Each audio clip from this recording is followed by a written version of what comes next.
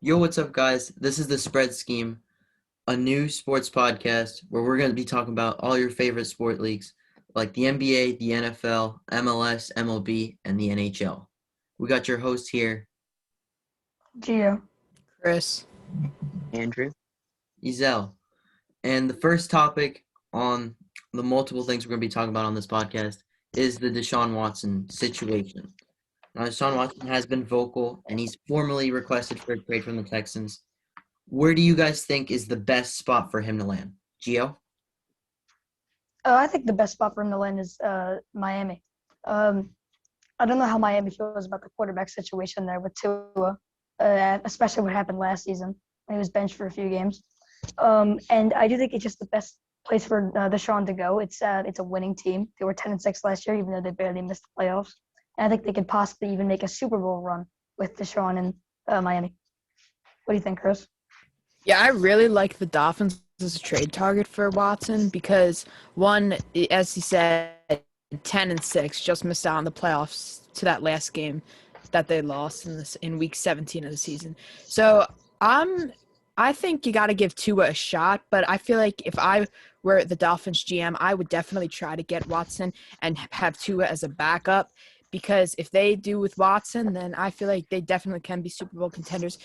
Just like the Bills, they can run with the Bills in the East Division. And the Patriots and Jets don't look like they're going anywhere anytime soon. So I think this is a perfect opportunity for the Dolphins to jump on Deshaun Watson.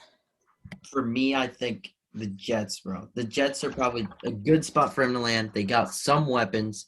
They got top picks, which they're gonna have to give up for him, but they're to me they're the best option for him. He wants a big market. He wants a fresh start. I mean, Houston, what they did wrong management wise, you see some flaws with the Jets, but I mean they brought in Robert Saleh as their new head coach. I think that's the best option for them. What do you think, Andrew? I think that his two best options are Miami and also San Francisco.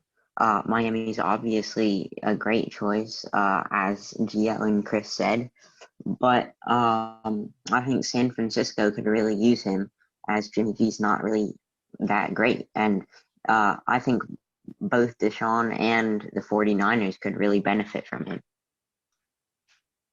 What do you guys think value-wise is probably what you would give up as a GM for Deshaun Watson? Oh, man, I would probably give up a couple of draft picks and possibly even like a defensive piece along with a couple of draft picks is what I would trade for Watson. Because I don't really think you want to give up too much on offense, considering that you still want to keep Watson and have weapons for him.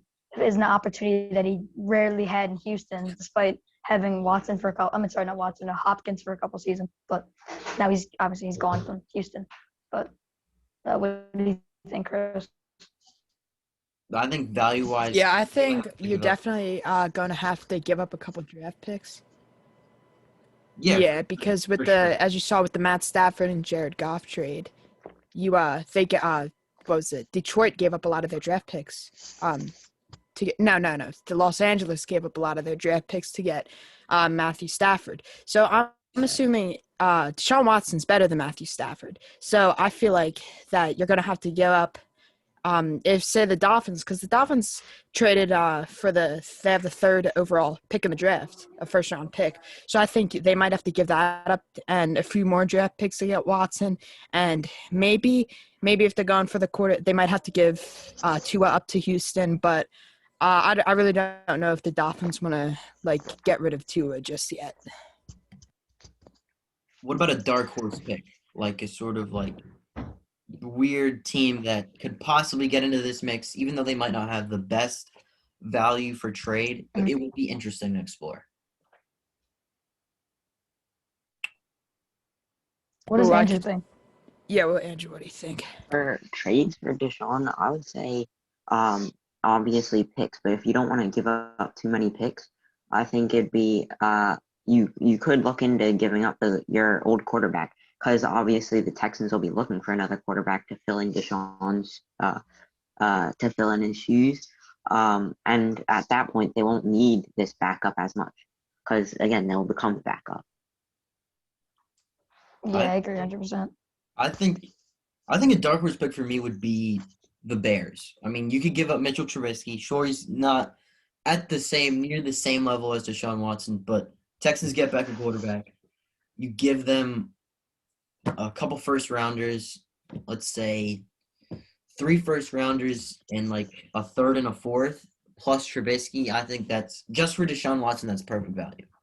Because Deshaun Watson, Yeah, I he's right think if he's not superstar level, he's right near being a superstar. The Bears have a great defense. I think they could go far in the playoffs. They could even be Super Bowl contenders just with making a trade for Deshaun. Yeah, I think Yeah. the Bears are a good candidate because only thing Mitchell Trubisky got going for him is he was the Nickelodeon valuable player. But besides that, for a dark horse candidate, I think that the Washington football team might be just come out of nowhere with a trade for Deshaun Watson because they have a lot of talent around them in the NFC East, and if they get a quarterback, I feel like they could have the best chance to win the division next year. Yeah, I agree with Chris. I think that Washington is definitely a dark horse candidate.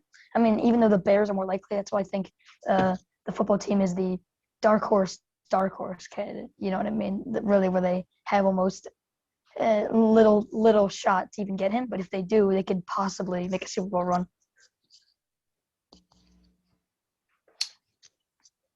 What about your dark horse pick, Andrew? I'm not really sure. I'd say an AFC East team. I mean, obviously not the Cowboys because they have Dak Prescott, but just a team that doesn't really have too many quarterback weapons. So for the Eagles, Jalen Hurts is Carson Wentz isn't gonna be. I think that one year was just a fluke. He's not gonna become anything great. So I would. I mean, just an AFC East team because of all of their quarterback situations, and one of those teams could really benefit from Deshaun Watson. Yeah, I actually piggybacking off what Andrew was saying, like with the Eagles, Carson Wentz, I feel like his time might be up in Philly. He's had like a lot of second chances. So, and Jalen Hurts is an up and coming. I feel like he could be a force in the NFC East for the Eagles. So I feel like maybe if Wentz stays on the team, then that will might benefit. But I feel like Wentz might find a new home. So the Eagles definitely won't make sense for Watson. I feel like the Giants can also be a dark horse for Watson because Daniel Jones is not You helping believe in anyone Danny over Dimes? in New York. Danny So Dimes, come on. nah, I do not believe in Danny Dimes. Yeah, neither do I. It's unless you want to have him fall running to the end zone, then yeah. How do you think this would like shape Is this a up? segue? How would we like shape up? You know, we're obviously going to talk about Carson Wentz a little bit later, but how would this shape up a little bit more of like the QB, moving pieces around? I mean, we've already seen the Matthew Stafford trade with Jared Goff. We didn't really expect that, but what other quarterbacks could possibly move around?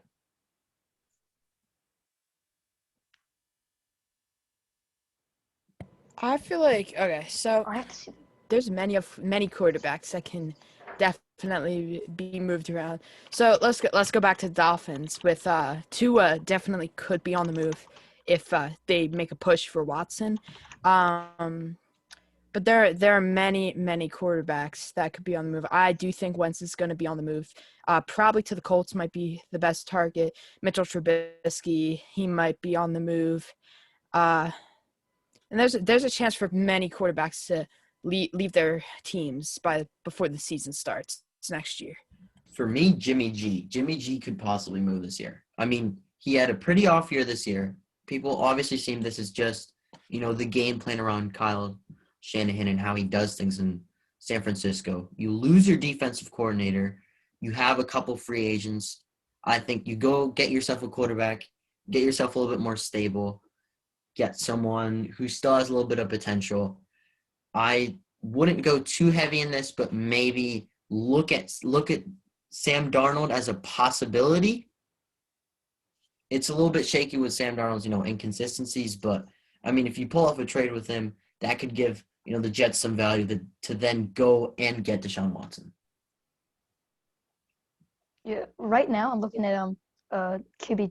I'm looking at the QB contracts right now, and a lot of these guys, a lot of the starter quarterbacks, already signed deals that are looking towards 2023. You know what I mean? So I don't think we're going to see a lot of moving of quarterbacks for the next couple of years. Like, I think it's only mostly just going to be No free agents this year probably. with Goff, Stafford, and Watson. This is mostly going to be the only big ones for a couple of years. You know what I mean? I think the only one that's really about to be in free agency is Mr. Trubisky, besides those guys. I think there's just big trades, blockbusters, year after year. Yeah. It's sort of like the NBA where you could have like a different aspect to this. And a lot of these teams, there's no sign of them trading them away. You know what I mean? So. Yeah, I agree with Gio about that. Yeah. Yeah, same here. I feel like a lot of quarterbacks are going to be, after the season, are going to be locked up for the next couple of years. And so there will be plenty of blockbusters coming up before the season starts. But I think that might be it for the quarterback blockbusters in the next 2 or 3 years. So is this a segue to Carson Wentz? Yeah, this is a segue to Carson Wentz. Now we're talking about big money contracts, stuff that could happen, QBs moving around. We're obviously going to talk about Carson Wentz being in Philadelphia. Is he going to move? What teams are the best options? And what kind of value should the Eagles look for him? First of all, we're going to start off with what's the best destination for him specifically? Anyone's who wants to go first? You can go. All right. I actually think Carson's going to stay. And I know Andrew mentioned this I believe maybe like 5 minutes ago, about how last year was just a fluke. I agree with that. I just think he had an off year. A real issue was his mechanics. A lot of deep NFL analysts on YouTube were just looking at how bad his mechanics were last season, as he almost seemed pigeon-toed on some plays. Where his foot would be on the opposite side of where he threw, right? And that's usually not a good sign for a quarterback. And I think, but that is things that you could fix in the offseason, right? So I believe that that will get fixed, because I mean, just like 2 years ago, in 2019, the 2019 season, he was still an elite quarterback. He had a great season that year, right? And it obviously wasn't his 2017 season, but it was still a wonderful, wonderful season. He set a franchise record for most passing yards for the Eagles, right? And he looked like he was in a good spot. And then, as we know, last season was a disaster, and he even got benched for a couple of games. But I think he's going to stay. I don't really see him getting traded. With the whole Nick Sirianni situation, I don't know if he's going to get a starting job. I believe he will. I just think last year was a fluke. I don't agree with him being elite, that sort of thing. I don't mean to cut you off, Chris. No, he's not elite. He's not elite now, but I mean, like a couple of years ago he was. Yeah. What I'm trying to say is, I mean, for me, I want to move on from Wentz. I mean, that's a stage where you're trying to, Wentz is sort of pouting here saying, like, I'm not getting this, I'm not getting that. The reason Doug Peterson was fired, which a lot of analysts believe to be true, is because the Eagles management wanted to go one way with Carson Wentz, and Doug Peterson wanted to go another way. So I think when they bring in Nick Sirianni, who's supposed to be a Wentz-style quarterback, bring back that Frank Reich sort of connection. So I think if he's unsettled with the team now, he's going to be unsettled with the team for the rest of the whole phase of this, Eagles sort of in between rebuilding and in between competition. So I think you change your game plan with Nick Sirianni to fit Jalen Hurts' needs, give him some fast options, get some, good pieces, trading, let's see, a second-round pick, a first-round pick, some sort of value for Carson Wentz. And that gives, Jalen Hurts a little bit more freedom to do what he wants to do and take the team how he wants to take the team. Yeah, so I'm going to go back to 2016 when the Eagles drafted Carson Wentz as a second-round pick, or first-round second pick of the 2016 draft. So he came in. In 2016 and to the 2017 season, he had a 7-9 record in the 2016 season. So obviously the Eagles were still in that rebuilding phase. Then the next season, Wentz comes off. He starts the season 1-1. They thought it was going to be like another average season. then we win the next many games. Then they go 10-2 with Wentz. But then he had that fatal injury in Los Angeles, and then Nick Foles had to come in. So they were 10-2, and I think that game gave them 11-2. So it was close to playoffs. The Eagles didn't know what they were going to do, so they brought Nick Foles in, and then eventually, Nick Foles carried the Eagles to that Super Bowl victory. But then the next season after, 2018 to 2019 season, Wentz was still like iffy in the start of the season. So Foles played the first 2 games, went 1-1, and then Wentz came in. I think his record was like 5-6 or 5-5 with us, and then Foles came back in, won the last 3 games, and brought us back to the playoffs. Won in the double doink game, and then lost to the Saints in the NFC divisional round. So a lot of fans after that season were really like iffy about Carson Wentz because he got shown up 2 seasons in a row by a backup quarterback. So they thought, is this going to be it for like Wentz? But he came back 2019 season and he had a good year. He brought the Eagles to a 9-7 record. Brought us back to the playoffs in the wild card round. We did lose in the wild card round because Wentz got injured in the first quarter in that game. So it was a very bad playoff game. So we lost to Seahawks, and then that was the last appearance we've had in the playoffs. So Wentz has not had a full season in his career since his rookie year. So That I feel was like that's what, going to take 4 some years ago? effect Was on it. that 4 years ago? I'm pretty sure that was 4 That Yeah. was, I think, Yeah. when the season's it's going to be like 5 years ago because that was Now, 2016 to 2017. I'm going to ask Andrew this. May I chip in? Specifically, I've heard him say this. But if the Eagles were to move on from Wentz, would you call it a good move or a bad move?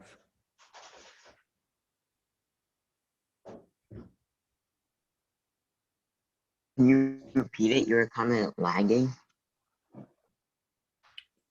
If the Yeah, Eagles were to move on from Carson Wentz, would you call it a good move or a bad move? Sort of like, if he gets traded, is it good for the Eagles or is it bad for the Eagles?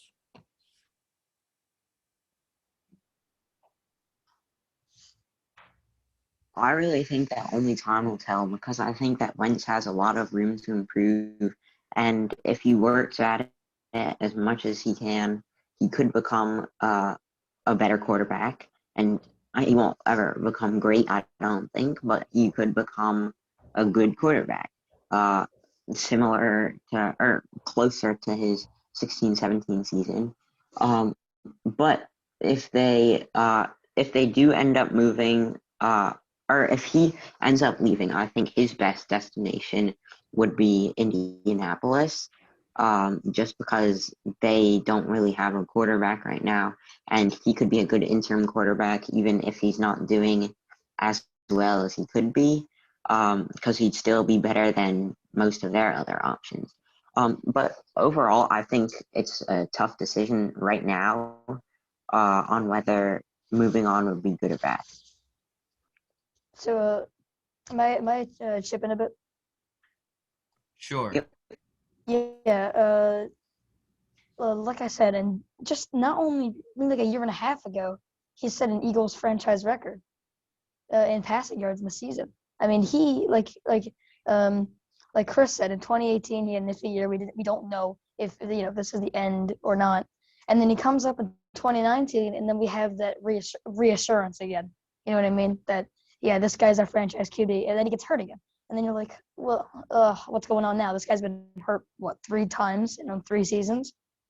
Right? Are we really going to, stick with him? Even after having a good year, he still got hurt, right? And then now in this season, as we know, he had probably the worst season of his entire career, right? Well, let's look at his stats here. He had 16 touchdowns and 15 interceptions. Yeah, even worse than his rookie year, right? It's like he threw under 3,000 yards. It's the first time he's ever done that. I know he missed a couple games, but it was just horrendous. Go ahead, Izel.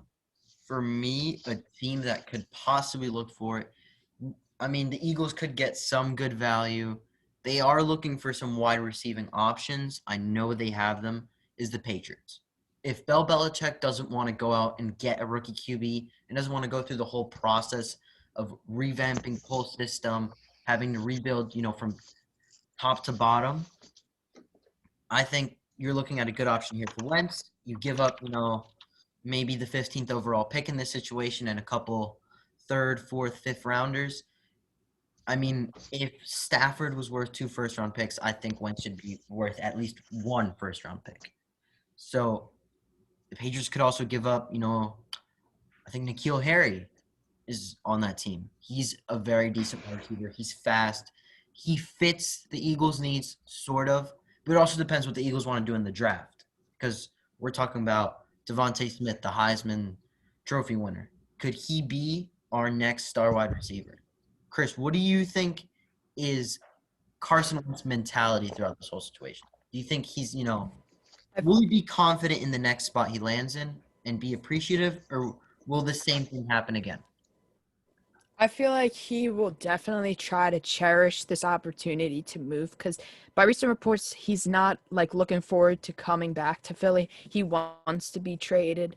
So I feel like, as Andrew said, Indianapolis, they might be the best destination for him because with Phillip Rivers retiring, they need a quarterback. They're a playoff team, but you can't be a playoff team without a quarterback. So I feel like if they have Wentz, I feel like they'll definitely make the playoffs, and Wentz will try his best to perform there so he can show everyone he's actually worth something. But so let's say he does get traded, and in return we're looking for a wide receiver and some draft picks. They definitely need to give us. So say for the Colts, for example, I'm not too sure of what the Colts have going on over there, but if they can give us some draft picks, then that'll be perfect, a first round pick, and then maybe set a second round pick or two, and a third round pick would be good as well, because Carson Wentz, obviously he's not where he was back then, but he's still, in my opinion, he's still a quarterback that you can use and that you can rely on in a situation if your team is struggling. So that for the Eagles, he didn't pan out after his breakout season. But for the Colts, I feel like he'll be an average quarterback. Not as good as he ever was. He will never be that good again. But he definitely will be good enough to make the playoffs with a stacked team.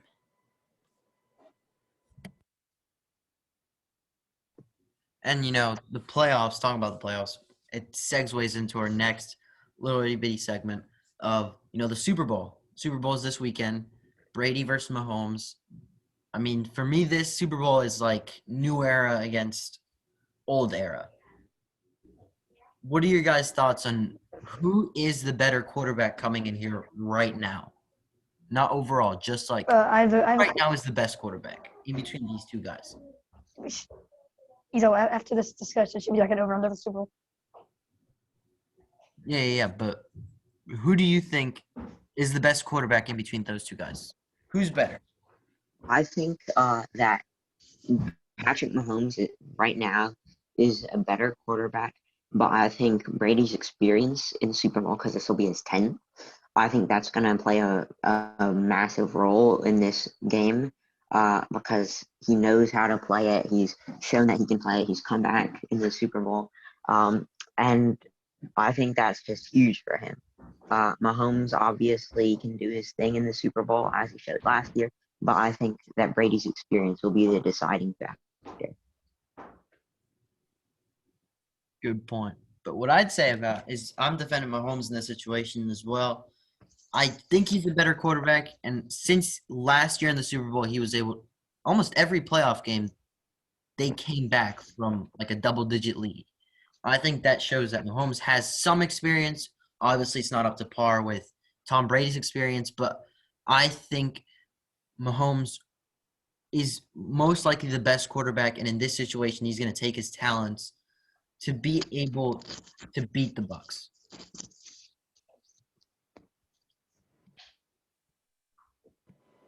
Yeah. You want to go, Gia? Sure, I'll go. Okay.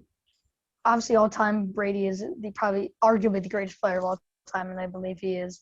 And experience is definitely a factor.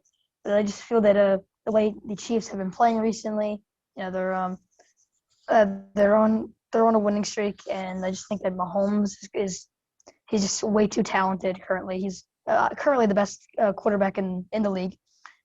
He's had a great show of games the past couple of games, and I do think he's going to do really well against them in the Super Bowl. And I do think that he's a better quarterback than Brady currently. All right, so for this, this might be one of the hardest decisions ever, because I think this game is going to come down to who coaches better. So you got two really good coaches in this. The Kansas City Chiefs, they have Andy Reid, one of the most lovable coaches in the NFL, and you got Bruce Arians for the Buccaneers. And they're both really old, talented, skilled coaches that can lead their team to victory. Tom Brady, obviously 10th Super Bowl. He's in my opinion, probably the greatest of all time, at least the greatest playoff quarterback of all time. So he's bringing his team back for not the same team. Obviously, this is his first year with the Buccaneers after spending his career with the Patriots, but he's back in the Super Bowl, and his last Super Bowl he won. It was the 13-3 game against the Rams, and his squad around him with Leonard Fournette in the backfield. He got Mike Evans, Antonio Brown, Chris Godwin. There's many players he can go to in tough situations, but with Patrick Mahomes, he has Tyreek Hill, Le'Veon Bell, Travis Kelce, and I forgot about Rob Gronkowski for Brady as well, they've been teammates for a long time. So there are many options. So I feel like they're pretty even teams. So you gotta go. I feel like coaching is going to decide this game, but judging by how the teams played the last time they faced up, and the regular season a lot, I feel like the Chiefs take this in a very close game. It will be definitely one of the most fun Super Bowls to watch. All right, so what about who's the favorite in this game? Over under. Who's got sort of the advantage? So do the Chiefs have a better advantage than the Buccaneers, or do the Buccaneers have a better advantage than the Chiefs? Anyone want to go first? I'll go first. I feel like I'm going my gut on this one. It's like I feel like it's the Chiefs by maybe 2 points. That's what I'm going with. Chiefs at 2 or 3 points. It's definitely not a wide margin. That's what I'm going with. For me, the Buccaneers over for about 6 points. This is going to be a close game, but you're obviously, taking the fact that this is going to be a home game for the Buccaneers. They won't have exactly their fans, but they'll have some sort of support, with the stadium and the merchandise and everything. And, Brady's all about getting the records and about getting as much history as he can into his career. So I feel like you're talking about this sort of old era Brady that's sort of getting revamped with Bruce Arians, style of coaching. And I think the defense from the Buccaneers, Todd Bowles has been coaching them the last couple of weeks pretty well. So I think they'll have a little bit more of the advantage in this game. Yeah. A lot of people are expecting a shootout, and I just do not think a shootout will come. The Buccaneers have a very underrated defense. A lot of people have slept on their defense this season, and it really wasn't until late that we realized that the Bucs have a very, very solid defense, right? And I'm not expecting a shootout. I would say probably low 20s to low 30s is a scoring range, and I do think that the Chiefs win by a margin from 3 to 7 points. So, yeah, I just feel that the Chiefs are just too strong of a team. They have the advantage. They've been unbelievable this season, and I do think that their offense is just a little bit too strong for the Bucs to handle, despite their pretty good defense. But yeah, that's why I'm taking the Chiefs on the over. Yeah, I think the Chiefs overall have a better team, but like I said earlier, I think it's going to come down to Brady's experience in these games. The Chiefs have weapons, obviously Mahomes, Kelce, Tyreek Hill, but they also have the Honey Badger, and they have a ton of really good players. And overall, I think their players are better than the Buccaneers players. But I think this game might be more about mentality, and the Buccaneers probably have a better mindset coming into this game. All right, so now we're segueing into a little bit of the NBA. Sixers, they beat the Hornets. They stay undefeated with their starting lineup. Are the Sixers real contenders for the NBA Finals, or are the Nets still the number one team in the East? I could go first on this one. So I think the Sixers, by the way they've been playing, are better than the Nets because I saw this thing on SportsCenter or ESPN. I forget which one it was, but on Instagram they made a post. It was saying how since the Harden trade, with the big three in New York, they've had the best offense overall, like in the NBA.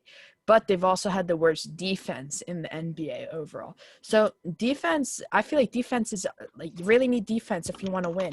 Like you can score points, but if you don't play good defense, teams are going to pounce on you and take you down. So you have to figure out a way, like the Nets, they have to figure out a way to get that defense better. Harden's obviously known as not a good defender, but he needs to find a way, as long as Durant and Irving, to help lead that Nets to better defense. And with the Sixers, their game yesterday showed how good their team is. With Simmons had a pretty good game yesterday, which he was there's been reports that he might get traded for Bradley Beal to the Wizards by the trade deadline. I don't think that's going to happen for the Sixers situation. But so Simmons is trying to play his heart out because he wants to stay in Philadelphia. And in my opinion, Joel Embiid, he has a chance. Him and Jokic have a chance to make MVP seasons this year. So those Embiid and Simmons had a great game yesterday. And Seth Curry, I feel like he's an underrated talent for the Sixers. Obviously being the brother of Steph Curry, he doesn't get looked at as a lot, but he's a really good shooter, and I feel like the Sixers have been using him a lot in good situations, and that's why they're able to get a lot more threes than they were towards last year with a team with Ben Simmons, Al Horford, players that aren't the like top at shooting threes. So this year, with Seth Curry, and along with players like Danny Green and Tobias Harris is having a pretty good season. So I feel like this year Philadelphia is looking to have a really good team, and my prediction is they're at least making the conference finals. For me, Yeah. I think Sixers they're the better team obviously right now. I do think when it comes playoffs time, just like Chris said, they gave up a defensive piece and an offensive piece from bench scoring from Karis LeVert and Jared Allen. Jared Allen obviously was a really good center. He sort of hung around with Embiid a little bit in between a couple of those games. But I do think if you don't have a center and Embiid, how he's playing right now, he's having an MVP caliber season, just like Chris said. There's no one that's going to be there to stop him. Ben Simmons has had his struggles, but he can pass the ball around. We have shooters on our team now. I think the Sixers, if they want to, and if they keep Doc Rivers' game plan and the mentality throughout the season, they can make good damage in the playoffs. Yeah, I 100% agree with both of you guys. The Sixers this year have one of the best defenses in the league. They have the third overall defense based on points allowed. So they made the third least, right? And that's a very good sign coming from a team that had a lot of lapses and defensive mistakes last year. They gave up a good amount of points to teams that they should not have, such as the Hawks, which last year were not good at all, right? And there's been a lot of surprise players that have emerged this season that look like they're going to do very well for the rest of the season. Example is Shake Milton. He's third in the league, third on the team in points, which is surprising. We knew he was going to have a good year. He's a very good bench piece, but he's having a very good season, to say the least. And I believe he's in the starting lineup now, right? A little bit. Sort of getting rotation around, like being the sixth man. Yeah, because he's having a very good season. So I think he will soon, but I think by the end of the season he will be a starter. Yeah, and what a season for Joel Embiid. I mean, he's having the best season of his career so far. So, Andrew, do you think Joel Embiid is in the MVP conversation, or is he, almost about there? I think he's easily in it. I think he has a real good chance. Like Gio said, this is his best season of his career, and if he can keep playing the way he is, I think that he'll be good. I think that Jokic is obviously also one of the leaders in that MVP race, but I really don't think that he'll keep up the form that he has. I really don't think that he can keep up this form. But I do think it'll be a tough one. And about the contention for the finals and for the NBA championship, I don't think that. I think the Sixers have a shot at in the playoffs. I think they'll do pretty well, but I still think the Nets will come out on top. Chris was talking about James Harden's defense, about how he's not really known as the best defender, and that's true. He's not really known as the best defender, but I do think his defense is underrated. Obviously, he's shown that he doesn't always try on defense, but when he does try, he can make some pretty good plays. He's got one of those plays where he's just run up on the I forget who it was, but he ran up on someone and then kind of just stopped. And then right when he did that, he caught the guy off guard and was able to get it. So and steal the ball. So I think that the Nets are. I know that they have all these weapons, but they've really figured out the system, and I think that if they keep it up, which I think they will do, I think they're going to win the championship. All right, so this was the spread scheme. This was our first episode. Next week, we'll be looking at a little bit more of the topics, post game after, the Super Bowl, and a little bit more into, MLB free agency and a couple other things. Thanks for watching.